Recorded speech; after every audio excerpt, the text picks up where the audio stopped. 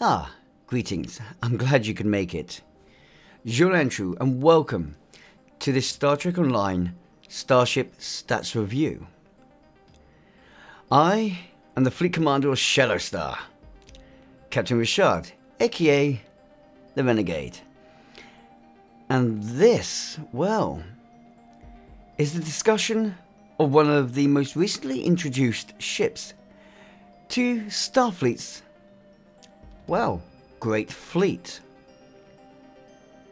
So, can I say a huge thank you, first of all, to Tribal Typhoon, Skyhawkings, XG Blackbird, Travis Games, Spike, Captain Riggs, Dante Demonic, and the name that I can't say because someone's maiden name pings up on YouTube as a different word.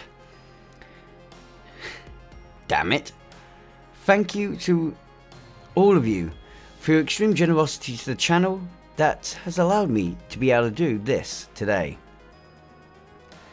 And can I say welcome to all of you, members of the Federation, the Romulan Republic, the Klingon Defense Force, and of course our esteemed guests from the Dominion.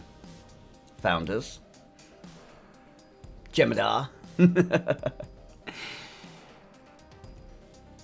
Allow me to introduce you to this ship. The Seneca Command Carrier. The next iteration developed and engineered on the basis of the Hathaway class. A ship recently recovered from a lost shipyard, so to speak. I have to say she's a beautiful vessel with a lot of capabilities.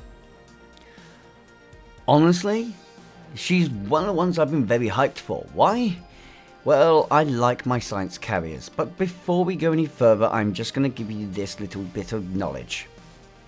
Unfortunately, Cryptic needs to pull their fingers out their butts in this one area. Actually many areas, but in this area specifically with science carriers, and recognise that science carriers are grossly underpowered right now. They could greatly benefit from having double the number of hangars, or being given a secondary deflector, or experimental weapon.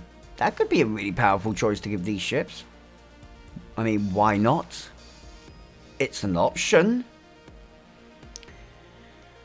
Or they could up the stats to make them a bit more fair fighting.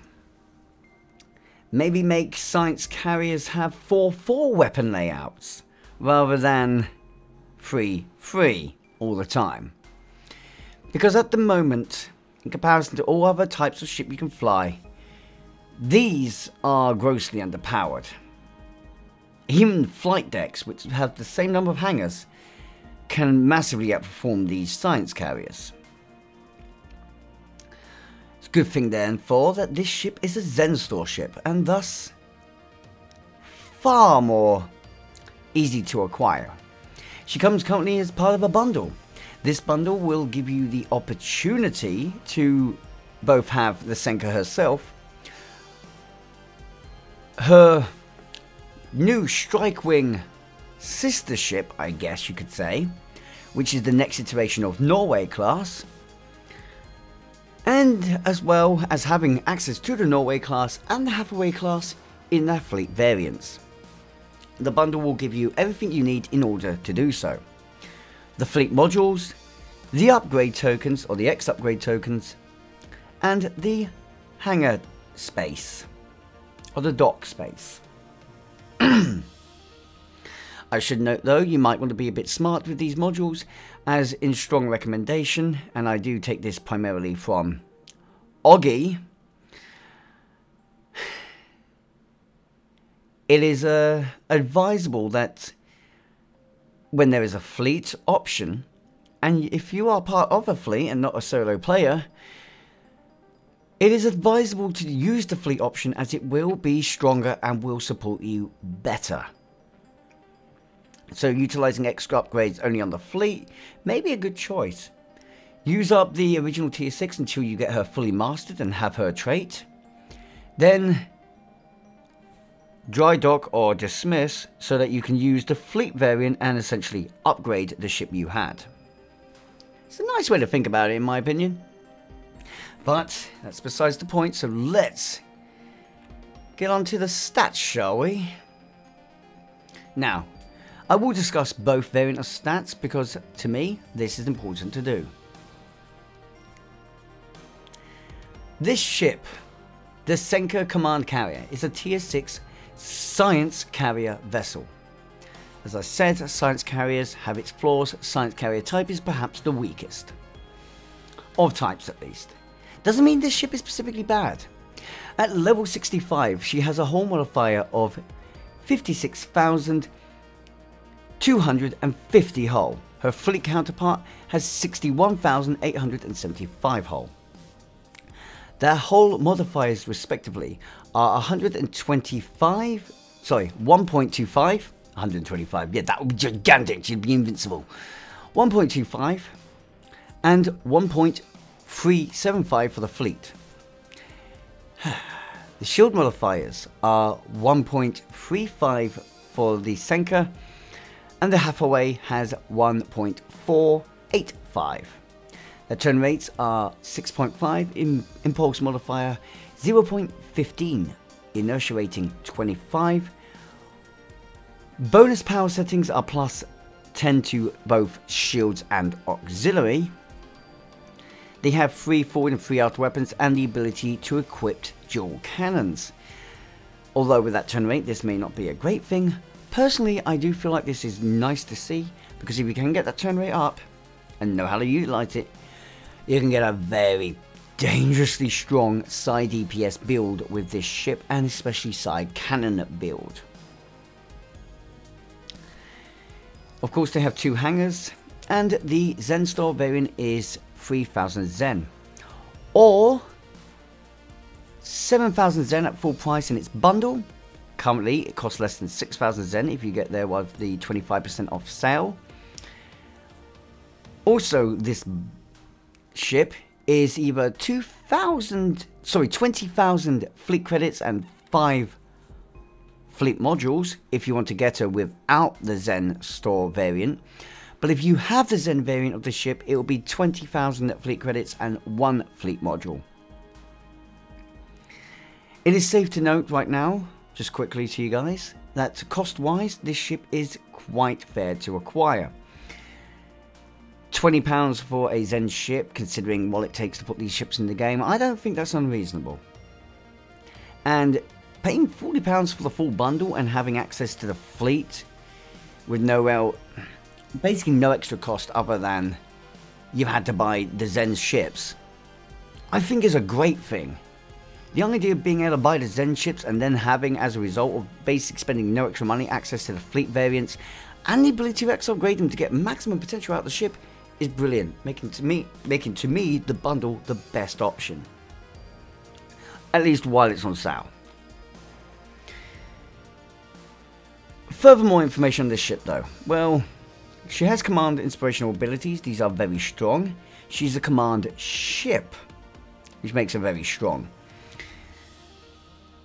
She has subsystem targeting, which is to be expected from a science vessel. And her hangar pets are the, apparently, Danbu runabouts.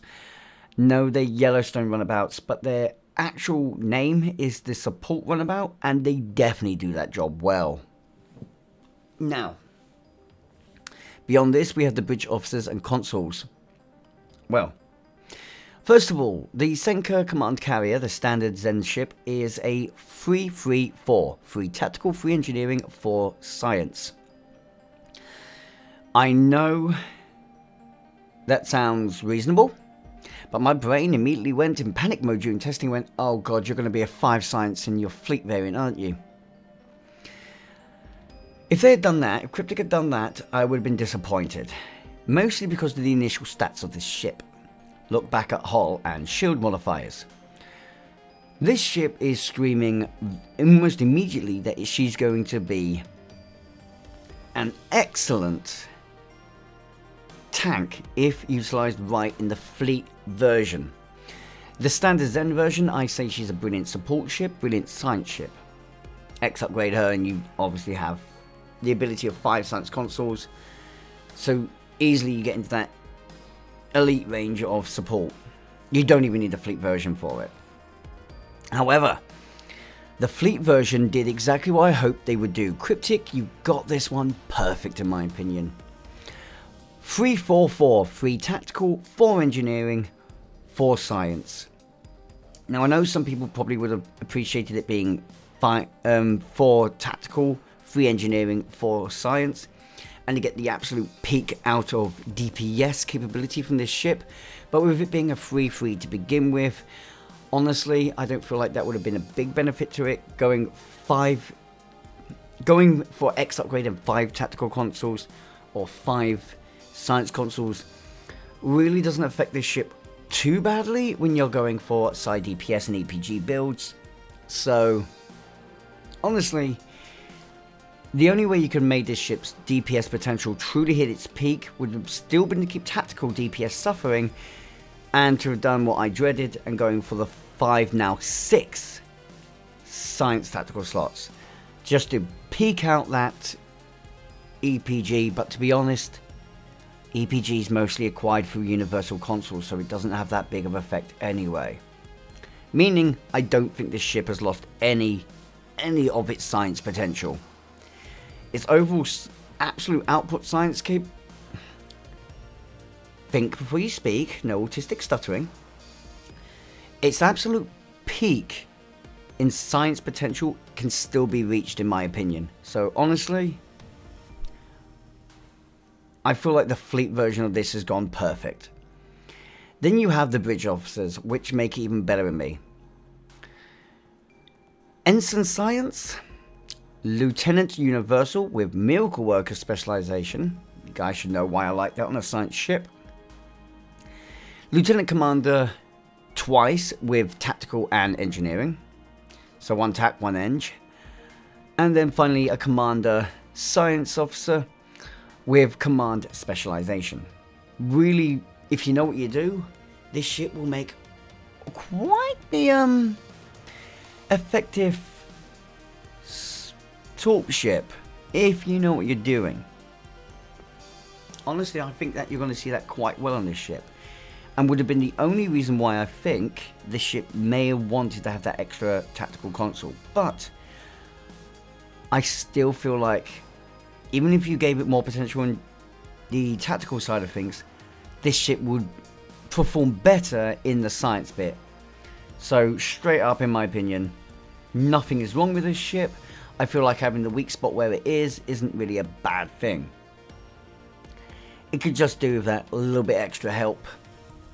Because, let's put it this way, if she had a secondary deflector, she would be on par with some of the best science ships you can fly in this game. And that's where I'm saddened. All she needs is a secondary deflector. So Cryptic, come on. Time to give science carriers at least that. Now from there, we have another thing to discuss. Of course, we got the pets, but we have the console and trait. So let's go. So like I said, there's more to discuss on this ship. First of all, we have her trait. I'm back to the negatives here, guys. I'm back to the negatives. I do apologise. I will try to be as positive as I can be. Maybe I can find something nice to talk about with her. Right now though, well, trait, supplement coordination network, or supplementary coordination network. Launching at pets, reduce command and captain cooldowns. Well, first of all, command and captain cooldowns are a really limited way for this trait to work.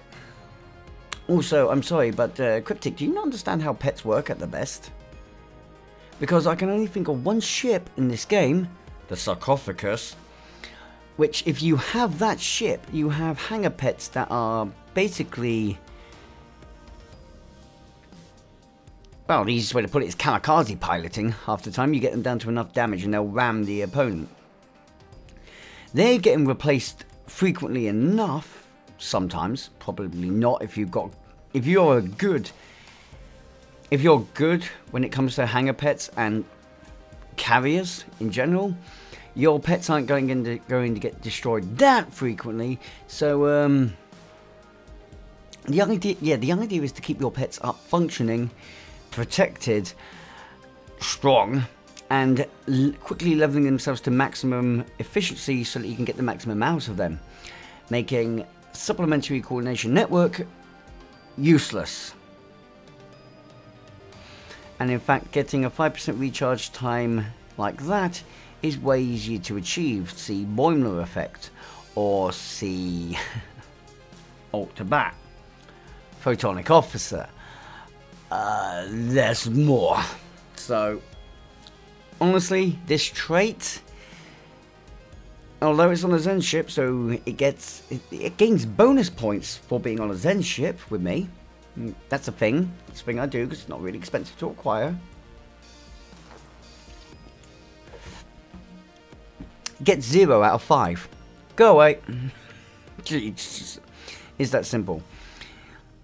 Now you may be noticing I've not been flying this ship on its full arsenal. I've only just realised that. Not really a good thing. What did I do to its console? Ah, is that you? That's you. Yeah. The console ain't much better. In fact, it's useful for tanking, but it's an inefficient way of tanking, and I don't think I would utilise it myself. With plus 66.5 all damage resistance rating versus only hazards and damage over time effects. You can see the issue here, can't you? Plus 7.5 to auxiliary power setting is also not really worth it, because you can get consoles that will do that better. In fact, I probably have one. Are you one? No, you're not one.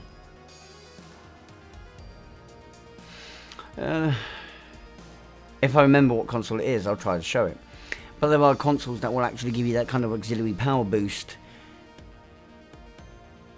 and do something better for you with it. So, non-bionic buffering field, a PB AoE ally buff. Yeah, incoming damage converts to DOT. I don't understand how it's a buff when it takes incoming damage and converts it to damage over time instead.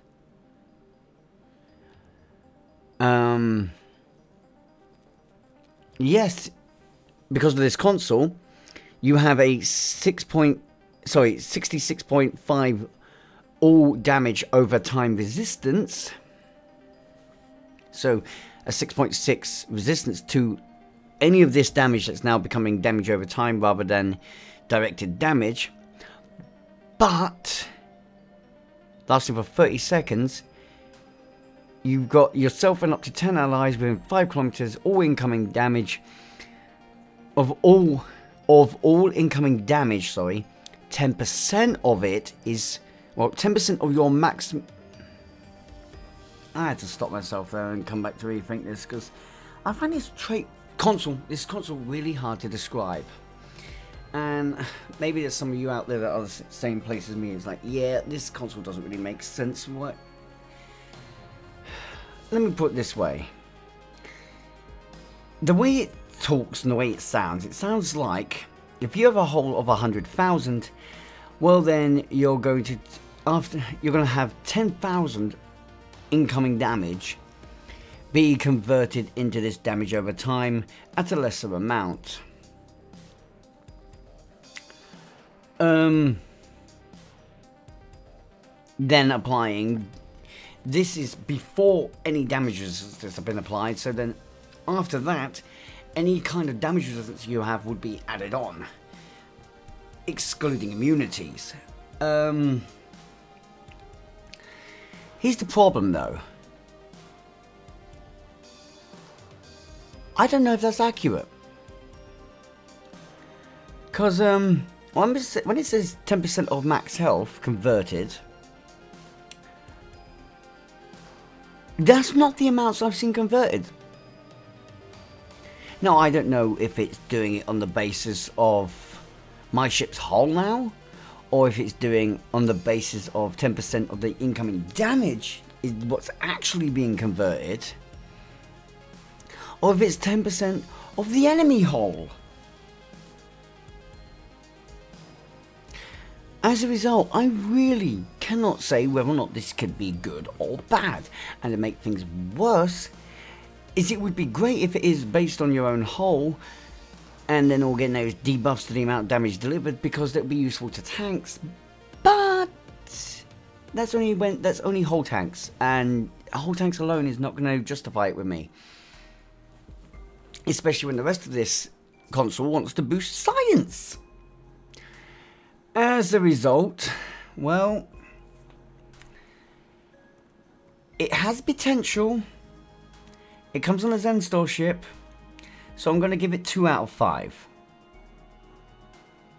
But that's only because I'm probably missing something, and I feel like my autistic mind is just overloaded itself and is no longer figuring this one out.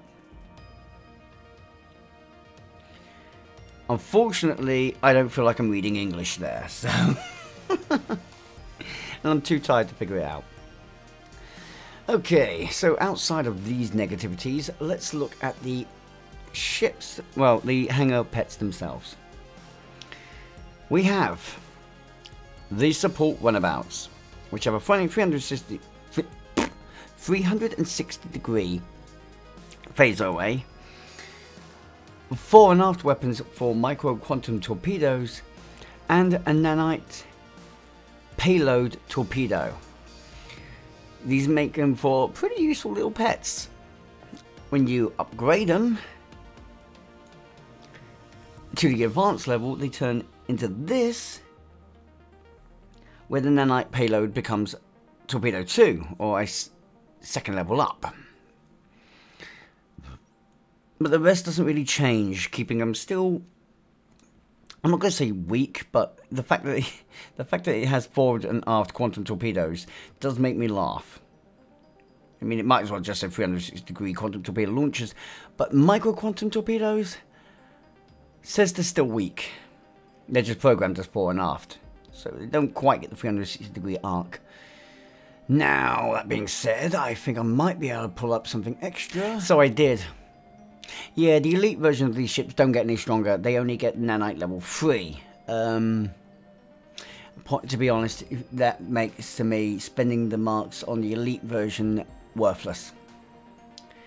So, before I do anything else, let's see if I can give this ship a bit of a better boost and reason to really like the ship. Let's oh, where's it gone? Make it Ferengi. Oh wow, that actually looks good. Well, that's awkward. But no, I just want to quickly show you guys the customization on this ship. So let's have just a quick jump in for that. And then we'll take her into action. And you can see what she's like when she actually fights. Oh, wait for the colours to change. So, this ship's customization options are actually brilliant. I'm going to just say that right now.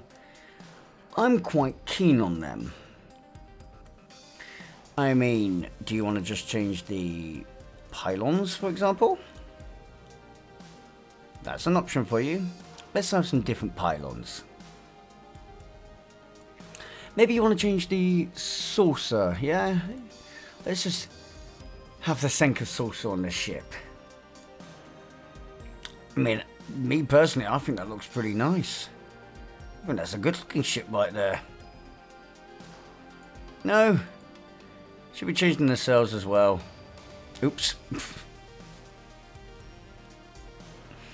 There's a bit of fun for you. Oh, I've got to say, I like it when you can get some real customization down.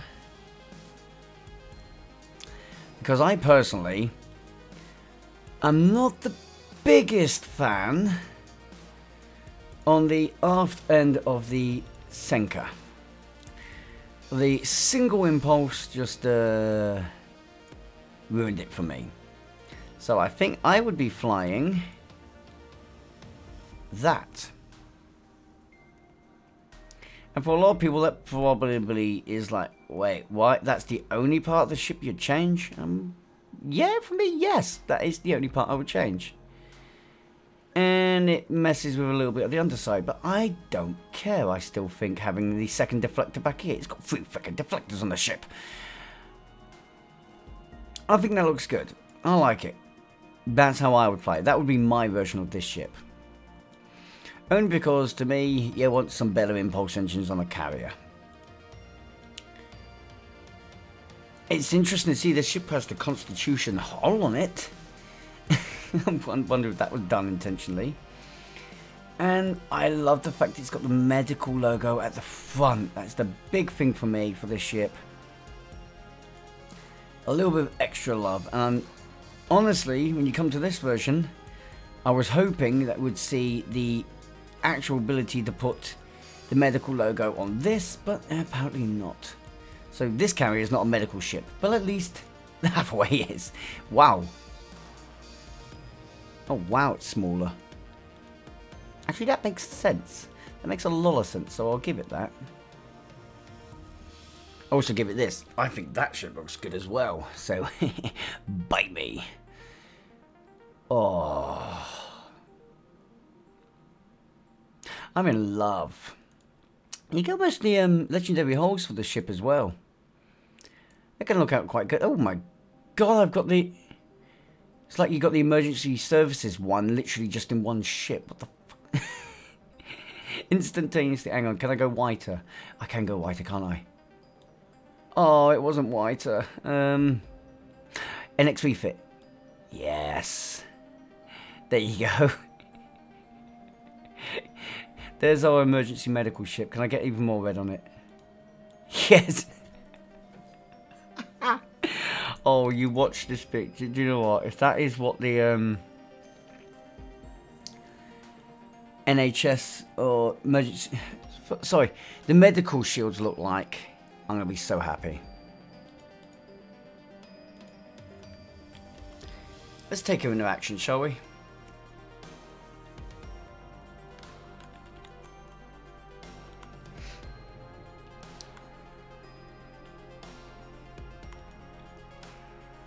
When you have one of those moments and you just see an opportunity and you think, screw it. Because I got a funny feeling I'm going to have issues in another location. Because, problems. I love recording problems. I love Starship layout problems. Oh. Cryptic, please get the keybinds and Starship loadout bug fixed. Yesterday. It's about time you got that fixed. The bug is, well, the loadout bug is as old as the game almost. And the keybind bug is almost as old as the game. The loadout bug is almost as old as loadouts. What? Yeah, the saving of loadouts. It's almost as old as that. Not good.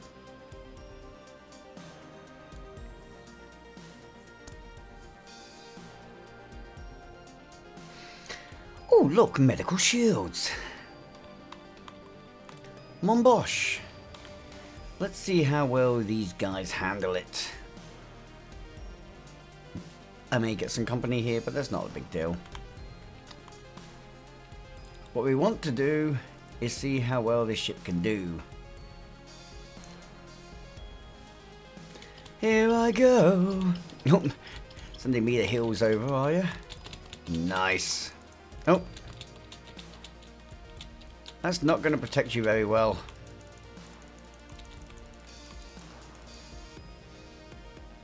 Goodbye. Who's next? I love it when they start popping in around like that. Alright, get the next lot out. Ships are destroyed very quickly, but then again in these environments they're not all that tough. Let's see, Quillis Corruption Frigate. It's apparently equal to my level, but yeah, look at my own pets, just erase it. The only issue is, my pets do have a lot of trouble erasing it as well. The phasers aren't all that strong. all things considered.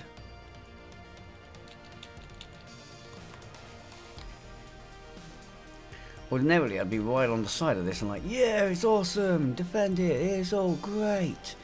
The ship is powerful, it erases, it does all its jobs. It's like, no. Oh, look, it's helping itself. It's helping itself. Fuck. Which is the enemy that's going to come in this time? There you are. Get launched.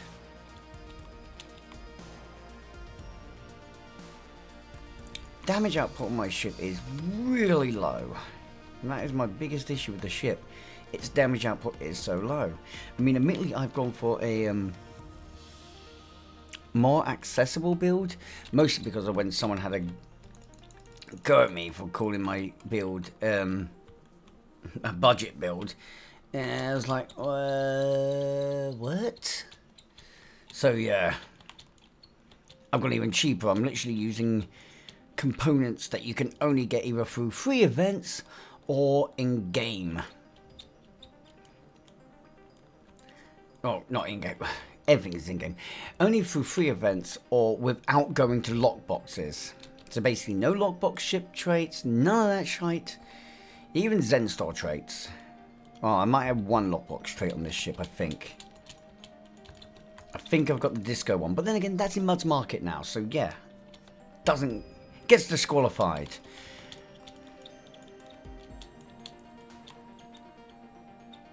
I think a lot of people think when you say budget, you mean not even Zen Store can be included. But to be fair, you can get stuff from the Zen Store by literally grinding dilithium, and then you can basically sell the dilithium off, get your Zen, or yeah, get your Zen, buy the keys, get your EC from there, and buy all the shit that you want on the exchange.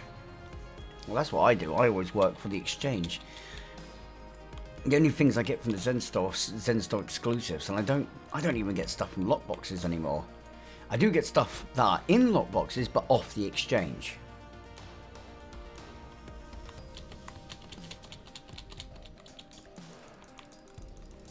And you're going down.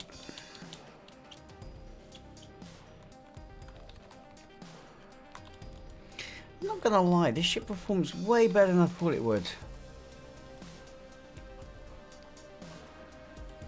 Which I'm happy with. It's still not doing the DPS that I want it to do, but considering my build, I probably should have just actually looked up the current best stats for exotic EPG builds. Well, yeah, exotic builds, EPG builds as such, and gone with that, but I chose not to. Mostly because I'm not really efficient at using EPG builds. I'm not efficient. Even when I use one of the highest level builds, I still end up low. I get low in DPS.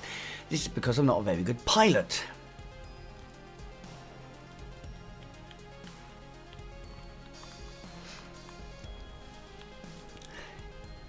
Okay, this time I'm not going to use the pets. I'm going to blast my way through here, so we can see how strong the ship is, naturally speaking. Which isn't too bad. And when I can get myself in a good position, then I'm going to utilize the console, just as the final test on the console. It's probably going to be over there with the Galor class.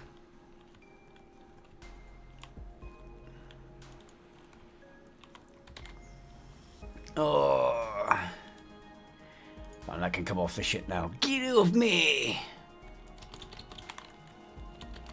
Blast it out of the sky! Yoink! Oh my word, I love it when my ship picks up speed.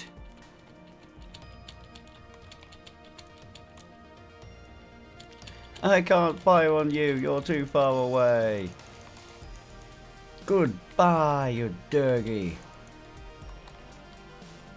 Right, Jemadar battleship, and you should have some allies with you, which should all give me a right royal toasting.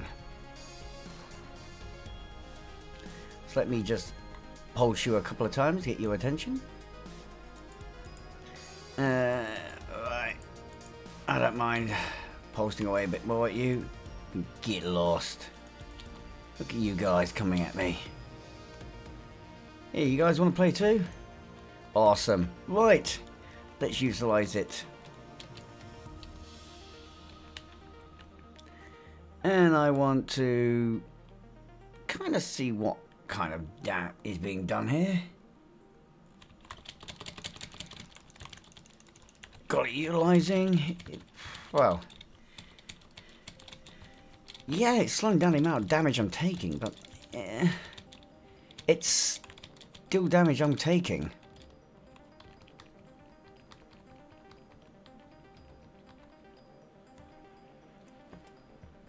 To be fair, combining that console with these pets kind of negates, but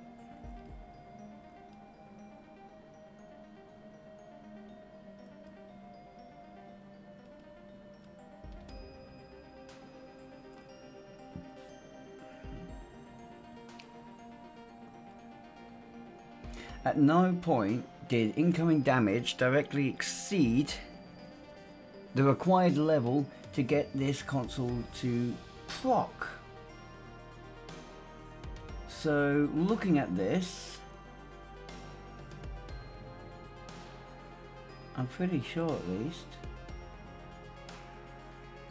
Yeah, I've seen the same stuff as before. Damage didn't get high enough, so it didn't proc. That console is fecking near enough useless unless you're specifically going into areas like elite TFOs, where maybe some of the enemies can start to smack you harder than 10% of your own hull.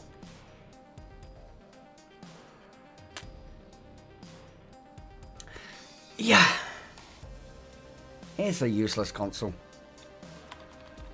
Just saying it now, it's useless, in my opinion at least. Some of you might like it. I personally think it's trash. And with that, well, we will round this up. Sorry to be so negative at the end there, but yeah, don't like the console at all. That's all. Guys, in conclusion, can I just say here, I do still like this ship and do still recommend the ship. I love its design. I really like the way it looks, with exception of that impulse engine. But one negative on everything else is not bad visually. Stats wise, there's a few negatives. Console is not great, trait is not great, and being a science carrier, it's missing out on some of the advantages other science vessels would have, so not exactly fair for the carrier itself. They probably try to argue, well, science carrier has 2 hangar bays. Yeah, so does flight deck carriers. Big deal. Give it some extra strength. Give it either better weaponry, higher hull than normal, because this is a science carrier, it's slow maneuvering. To me, that hull modifier should have been 1.45 standard. And a science carrier should never have a hull below 1.3. And should never have shields below 1.3. Never. So yeah, give it secondary deflector, give it experimental weapon, give it more hangars, give it more weapons, or stop pissing about with its turn rate. Because at the moment, these ships are grossly underrated. Or sorry, grossly underperform compared to the rest of the ships. That doesn't mean the ship doesn't have its great potentials. It is a very good science vessel and does all the science stuff beautifully. Whether you are a support player or going EPG builds, if you want to be science DPS, it's just a beautiful, beautiful little ship to use. And quite fun. So to that spectrum of things, as a science vessel, I give her her greatest score. 5 out of 5. As I'm not going to hold the lack of secondary deflector against her. That is an oversight on Cryptic's part, not the ship itself. Science carriers don't come with secondary deflectors, and it's unfair to bully the ship with that factor. Now, the next one I'm going to come up with is DPS. Tactical DPS wise, this ship is never going to get a great score out of me. You guys should see this coming. It's 2 out of 5. The turn rate is too low, it lacks weaponry, and it also lacks tactical capability. This isn't to say that tactical DPS couldn't be utilised. She has potential in kinetic builds at least, and if you know what you're doing, she can get some damage output, which is why she's not completely zero. But I'm still going to hammer it home that she's not the greatest DPS, tactically speaking. Now, side DPS, science DPS, she's way up there, and I will give her 4 out of 5 for side DPS, giving her an overall DPS score of 3 out of 5. So she's average. Now, unfortunately, I would have loved to give her a higher side DPS, but the reason I didn't is the secondary deflector lacking. And I know I didn't hold that against her science-wise, but I have to when it comes to the side DPS-wise. This is just a simple point where certain ships will, by their types, stand out far in front. Unfortunately, Nova would be one of them. However, if we talk tank now... Oh! So if we were talking just as Seneca, I would have been scoring her mid-range in tanking. She's got great capability, but she'd have been a 3 or a 4. However, when you go to her fleet variation, and that little up in her power she's got, and I can happily score her at 4.5 out of 5. Her pets greatly support tanking. She has the right setup for tanking. And the only thing she's really missing is a little bit of extra threat generation from weapons. So I'm not going to hold that against her. Overall score of this ship from me is 4 out of 5. And if I'm going to be honest, I recommend her to any player that's new to the game and looking to get into carriers, but be aware what you're getting into. Anyone who wants a good science ship, but isn't quite ready to jump to the levels of understanding the intricacies of the greater science ships. This is a good entry-level science ship, I would say. And for those who want a bit of a fun tanking challenge.